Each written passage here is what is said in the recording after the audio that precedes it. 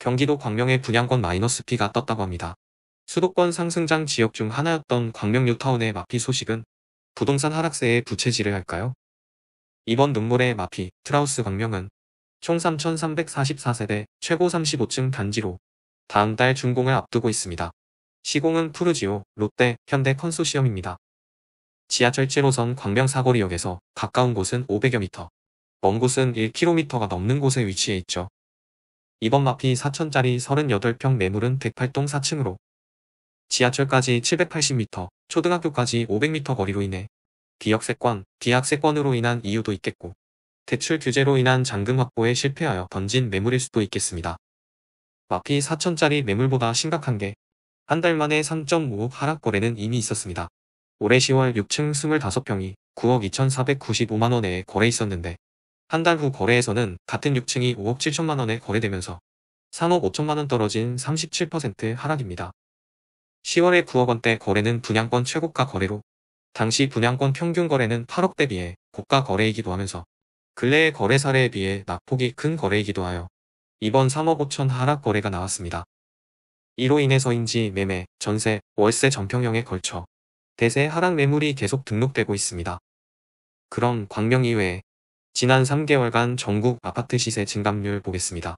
전국에서 서울, 경기, 인천과 울산광역시만 상승하고 이외 지역들은 모두 하락세가 이어지고 있습니다. 특히 서울은 1년간의 흐름에서도 상승률 6%에 육박하고 있지만 25개 자치구 모두 상승세가 아닌 서초, 강남, 성동, 강동, 마포에서 10%대 상승을 보였는데요. 그 중에서도 서초구 반포동 재건축 단지들이 강세입니다. 차순위 상승 지역으로 서대문, 용산, 동작, 광진, 송파에서 7, 8%대 상승이 서울 상승률을 견인했는데요.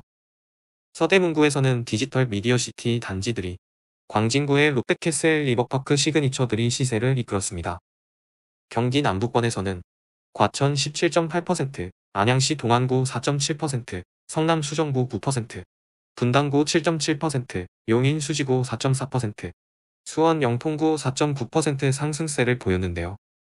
과천 프레스티어자이, 동안구 아크로베스티뉴 등 재건축 아파트 분양 이슈와 분당 1기 신도시 재건축 시범 단지 등 경기 남단의 재건축 이슈가 시세를 이끌었고 완성 단계인 수원 영통의 광교 신도시가 수원 시세를 이끌었습니다. 2022년 말부터 지속된 하락 랠리에 지쳐 다시 상승 국면으로 전환되기도 했지만 희미한 거래량 중 일부 신축 단지의 상승 거래로 인한 수치의 왜곡일 뿐 아직 하락장이 끝난 건 아닙니다. 경기도의 500세대 이상 단지 중 최근 한 달 동안의 거래에서 하락폭이 컸던 단지입니다. 첫 번째 하락폭은 앞서 본 광명시 트리우스 광명이고요. 두 번째 하락폭은 성남시 중원구 은행동 주공아파트입니다.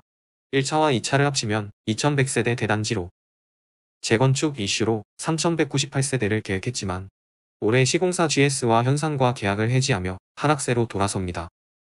전평형 대세 하락세로 이 중 23평형은 2021년 정고점 8억 5천만원에서 올해 10월 말 5억 4천으로 3억 천만원 떨어진 36% 하락입니다.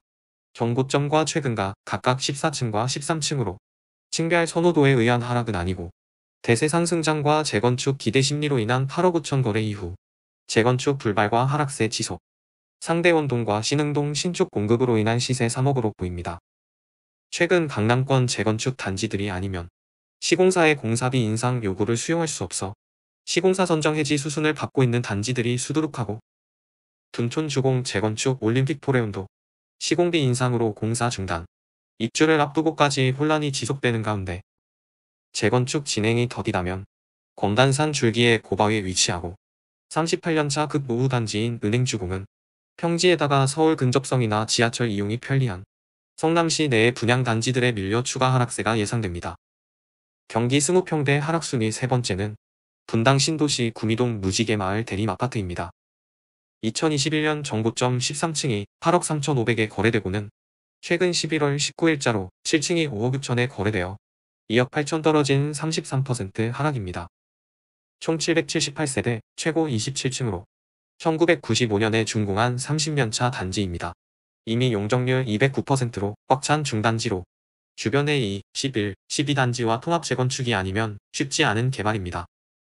분당 1기 신도시 재건축 움직임이 활발한데도 무지개마을 대림은 재건축 움직임이 없지만 다행히 오리역 복합 개발 호재는 있습니다.